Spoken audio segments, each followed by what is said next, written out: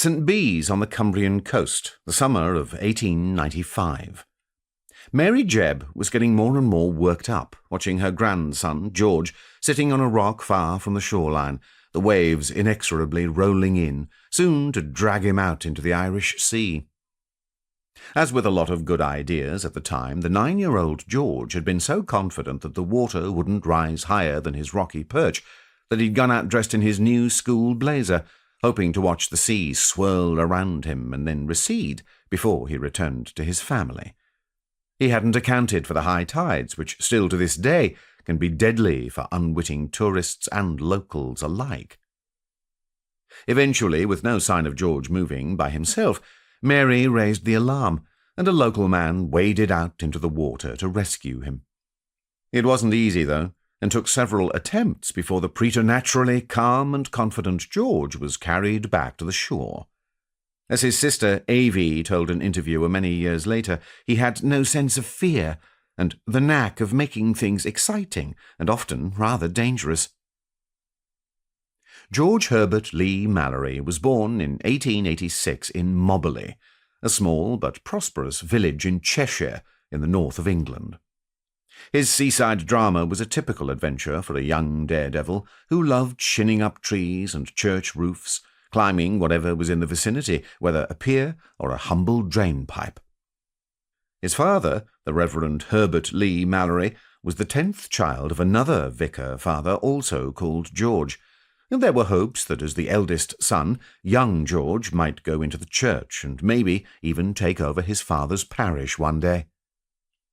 George's mother, Annie, was the daughter of another Anglican vicar, but by contrast an only child. Unlike her more straight-laced husband, she had a free-spirited and unconventional side, and was known for her sense of fun and her laughter, and the license she gave her children to cavort and roam. George had 2 sisters, Mary, the eldest, born a year earlier than him in 1885, and Annie Victoria, known as Avie, born a year after, a tomboy and occasional partner in George's childhood adventures. Trafford, his only brother, was 6 years younger, but he too was soon roped into the fun. When it came to schooling, George had a conventional middle-class start, attending first a prep school in Eastbourne and then Winchester College, the ancient public school where he arrived aged 14 in 1900 as a mathematical scholar. It was a prestigious award which, to his father's undoubted relief, paid for most of the fees. George enjoyed himself tremendously at Winchester. Though he clearly enjoyed the academic side, his time there was notable for his sporting achievements.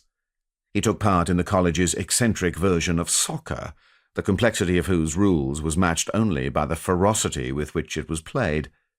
He excelled particularly at gymnastics, and was very proud to be part of the school's successful shooting team.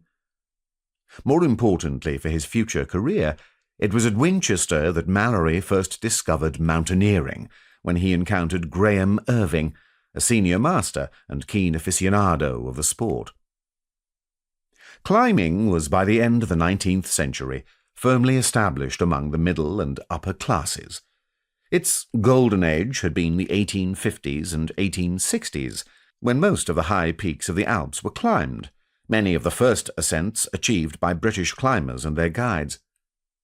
Before long, Britain boasted the world's first climbing association, the Alpine Club, its first mountaineering periodical, the Alpine Journal, and by the end of the 19th century, a small but active community who regularly spent their holidays climbing in France, Switzerland, and Italy.